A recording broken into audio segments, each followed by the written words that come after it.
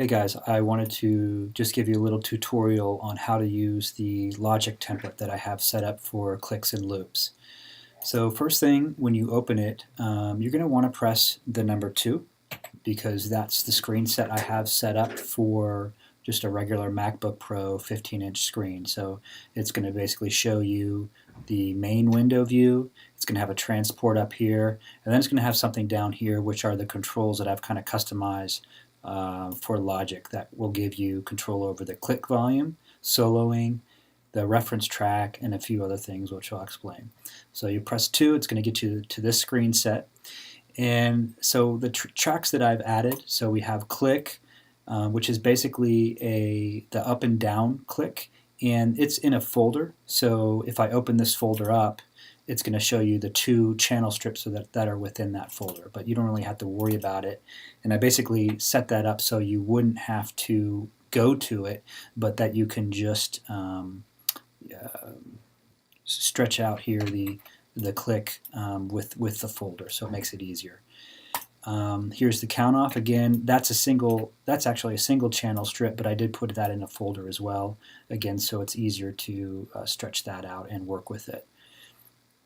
I have a couple different clicks kind of set up with this, and the one we would normally use would be this 4/4 one. So I kind of already have that set up in a song format with the click track already stretched out a little bit. But there are a few other choices. So if you have a song and let's say more of a halftime feel, I have that. 1, 2, 3. I have 3/4. 1, 2, 3. And I have 6/8 here. 1, 2, 3, 2, 2, 3. So if you wanted to use either any of those, you would adjust your time signature in Logic, and then you could go in and stretch this out and place it where this 4/4 one is now, and just delete all the other ones. So that's kind of how you would use the click track. Down here, the controls for the click track. I have a down click, up click, count off, and overall click fader, and I have a solo. So there's the down click, the up click. 1, 2, 4. Here's the count off, and then the overall volume for the click. You could also solo it if you wanted to solo that, or you're bouncing down, I use the solo feature with that. Moving on to the reference track. So I'm just going to bring in a reference track here for an example. And one thing I put on here, which is real helpful, is this BPM counter on the channel strip for the reference track. So if you don't know the tempo of the song, you can play the song, activate the BPM counter, and it usually takes up to 10 to 15 seconds for it to find the tempo.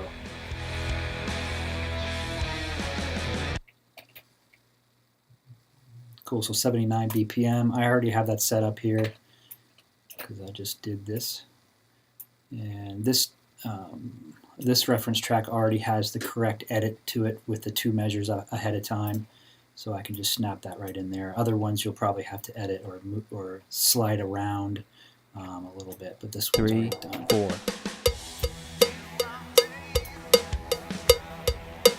So, like I said, again, you have a solo for the click. You also have a solo for the reference track. And you have an overall volume here for the reference track as well.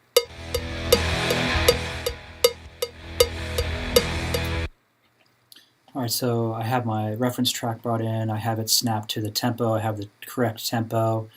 I have it in the right position with the 2 bars of the click in front. So I would just drag out my click track and just make sure it ends at the correct time, right at the end of the song.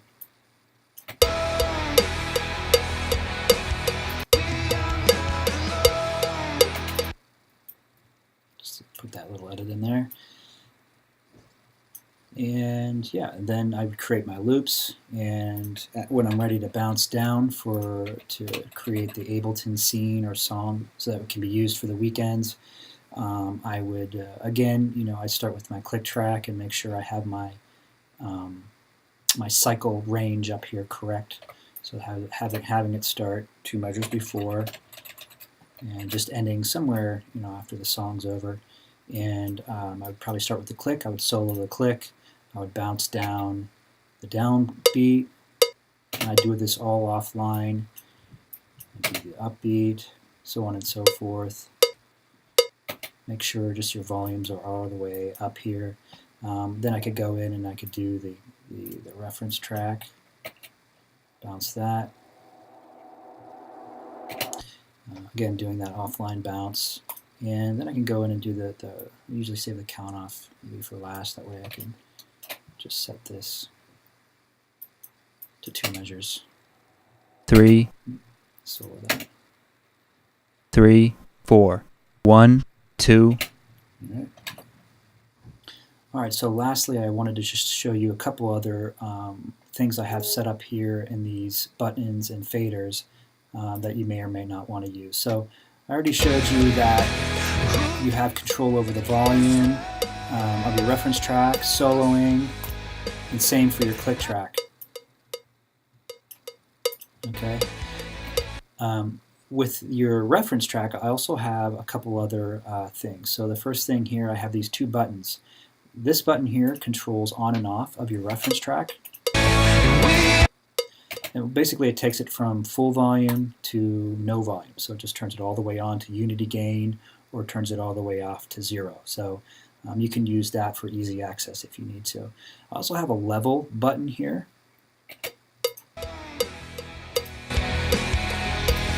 So what it does is it toggles between like a low volume and a medium volume. And you may, when you're working with loops, a lot of times I like to have like my volume for my reference track set at like a low volume or a medium volume so that I can hear the tracks that I'm building around it a little bit better. So this is, again, it's just another way, easy access point for you to find like a low volume or a medium volume and have it be consistent through the length of the project that you're doing. That way you're not always here by the fader trying to get it to that perfect volume that you'd like to work from. So that's another thing you can use.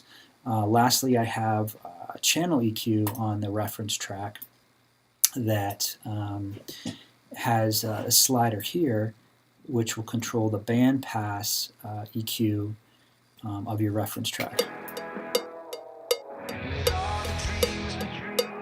So for me it's helpful because it only really lets the vocal track come through and it cuts out the low frequencies, the bass, the drums, the guitars, and the other things going on in the upper frequencies.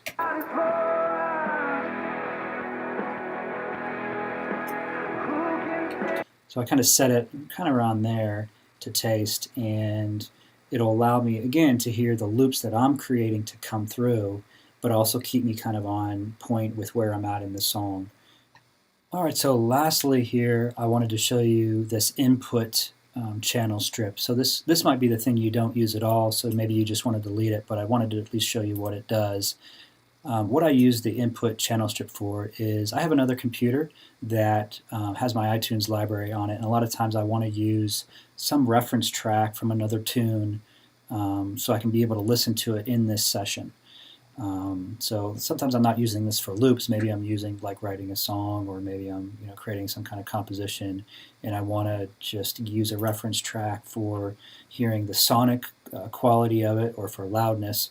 So what I'll do is I will turn this eye on here and I use a digital connection from another computer on an optical cable that goes into my audio interface, and then I have my input here set to SPDIF.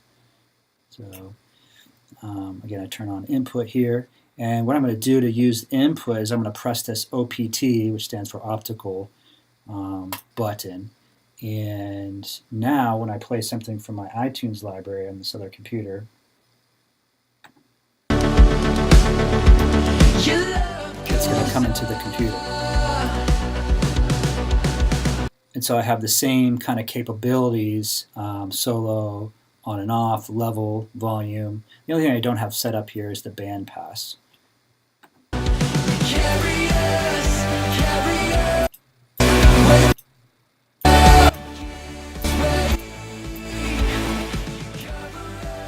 So again, that's something you may not want to use. Maybe you just don't want to delete that, but just wanted to show you what it's for. All right, guys, thanks a lot. Have fun.